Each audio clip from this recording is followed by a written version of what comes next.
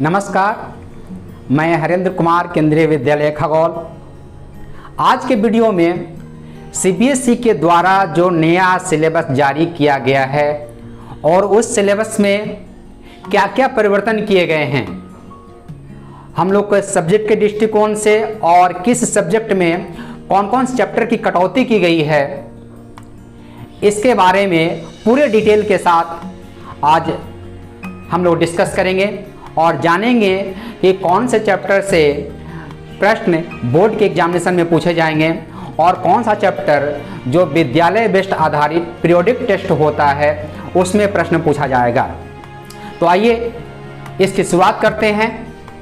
सबसे पहले क्लास 10 2020 और 21 के लिए सब्जेक्ट सोशल साइंस के लिए सीबीएसई ने सिलेबस जारी किया है।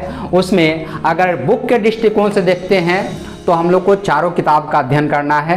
4 यूनिट्स हैं। यूनिट फर्स्ट में history, Indian and the contemporary world. Second, दूसरा यूनिट ज्योग्राफी का है, कंटेम्प्रेरी इंडिया वॉल्यूम 2।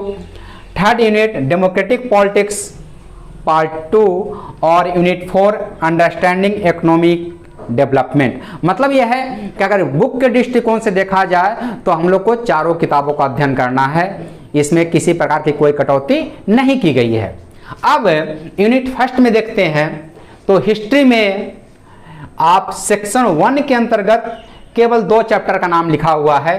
पहला चैप्टर है the rise of nationalism in Europe, Europe में राष्ट्रवाद का विकास, और दूसरा चैप्टर है नेशनलिज्म इन इंडिया, भारत में राष्ट्रवाद।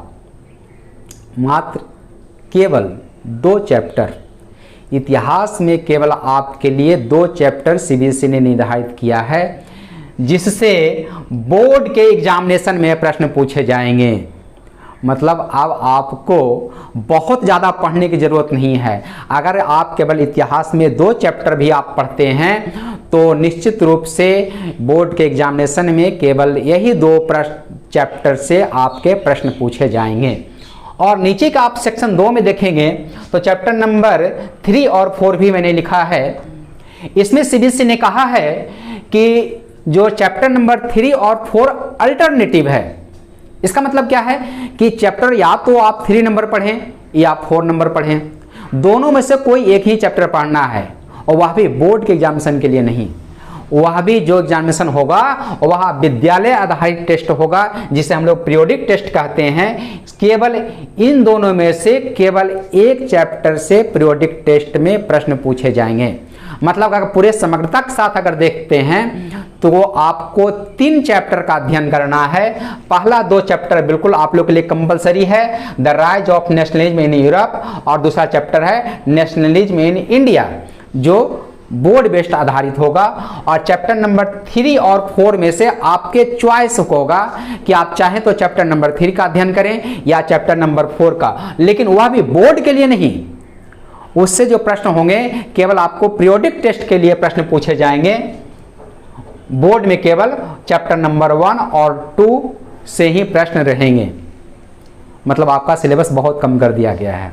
पहले जहां 5 चैप्टर था वहां पर अब केवल 2 चैप्टर है। इतिहास, मैं तो कहूंगा इतिहास के सिलेबस में सीबीएसई ने बहुत बड़ी कटौती की है। आइए यूनिट 2 की बात करते हैं, ज्योग्राफी कंटेम्प्रेरी इंडिया 2। इसमें कुल आपको 4 चैप्टर पढ़ने हैं। पहला चैप्टर है resources and development, chapter number 4 agriculture, chapter number 6 manufacturing industries, chapter number 7 life lines of Indian economy. मतलब कि बोर्ड के एग्जामिनेशन में इन 4 चैप्टर से आपके प्रश्न रहेंगे और वह ऑब्जेक्टिव प्रश्न हो सकता है, शॉर्ट आंसर हो सकता है, लॉन्ग आंसर हो सकता है। इन सभी से आपके बोर्ड के एग्जामिनेशन में प्रश्न रहेंगे। इसके साथ साथ आप देखिए 3 और 5 number chapter, 3 number chapter water resources और 5th नंबर चैप्टर मिनरल्स, जो कि पीरियोडिक टेस्ट एंड बोर्ड नो। मतलब इससे लॉन्ग क्वेश्चन, शॉर्ट क्वेश्चंस आपको ना तो पीरियोडिक टेस्ट में पूछा जाएगा और ना ही बोर्ड के एग्जामिनेशन में पूछा जाएगा। केवल इससे प्रश्न रहेंगे, तो केवल मैप बेस्ड आधारित प्रश्न पूछे जाएंगे चैप्टर नंबर 3 और 5 से। और यह भी जो मैप बेस्ड क्वेश्चन है इसका भी आपको लास्ट में वह बतला दिया गया है सिलेबस में कि कौन कौन से प्लेस को आपको मैप पर डिनोट करना है। इसकी चर्चा हम लोग बाद में करेंगे। अभी हम लोग सिर्फ यह देखेंगे कौन कौन चैप्टर का हम लोग के बोर्ड के लिए और पीरियोडिक टेस्ट के लिए हम लोग को पढ़ना है। तो बोर्ड के लिए और पीरियोडिक टेस्ट के लिए आपको ज्योग्राफी में केवल 4 चैप्टर का अध्ययन करना है। Chapter number 1, chapter number 4, chapter number 6 और चैप्टर नंबर 7। आइए यूनिट 3 की बात करते हैं, डेमोक्रेटिक पॉलिटिक्स पार्ट 2। तो इसमें भी 4 चैप्टर पढ़ने हैं हम लोग को। पहला चैप्टर है पावर शेयरिंग, दूसरा चैप्टर है फेडरलिज्म, तीसरा चैप्टर और 6 नंबर चैप्टर है पॉलिटिकल पार्टीज और 7 नंबर चैप्टर है आउटकम्स ऑफ डेमोक्रेसी। इन चारों चैप्टर से आपका पीरियोडिक टेस्ट जो स्कूल बेस्ड एग्जामिनेशन होंगे और बोर्ड का एग्जामिनेशन होगा, दोनों में प्रश्न रहेंगे, लेकिन अब इसकी संख्या केवल 4 रह गई है। Unit number 4 understanding economic development, मतलब जो अर्थशास्त्र इकोनॉमी की बात करते हैं, तो इसमें भी केवल 4 चैप्टर ही रह गया है। पहला चैप्टर है डेवलपमेंट, दूसरा चैप्टर है sector of the Indian economy, 3rd number chapter है मनी एंड क्रेडिट और 4th नंबर चैप्टर है globalisation and the Indian economy. अगर मार्क्स के आधार पर देखते हैं तो टोटल 20 मार्क्स इतिहास से होगा, 20 मार्क्स ज्योग्राफी से होगा, 20 मार्क्स आपको डेमोक्रेटिक पॉलिटिक्स से होगा और 20 मार्क्स आपको इकोनॉमी से होगा। अगर नंबर के आधार पर देखें तो कुल 80 मार्क्स का प्रश्न आपको बोर्ड एग्जामिनेशन में ही पूछे जाएंगे। उसमें किसी प्रकार का कोई परिवर्तन नहीं है, केवल आपके चैप्टर की संख्या में कमी कर दी गई है ताकि आपके ऊपर बर्डन ना हो।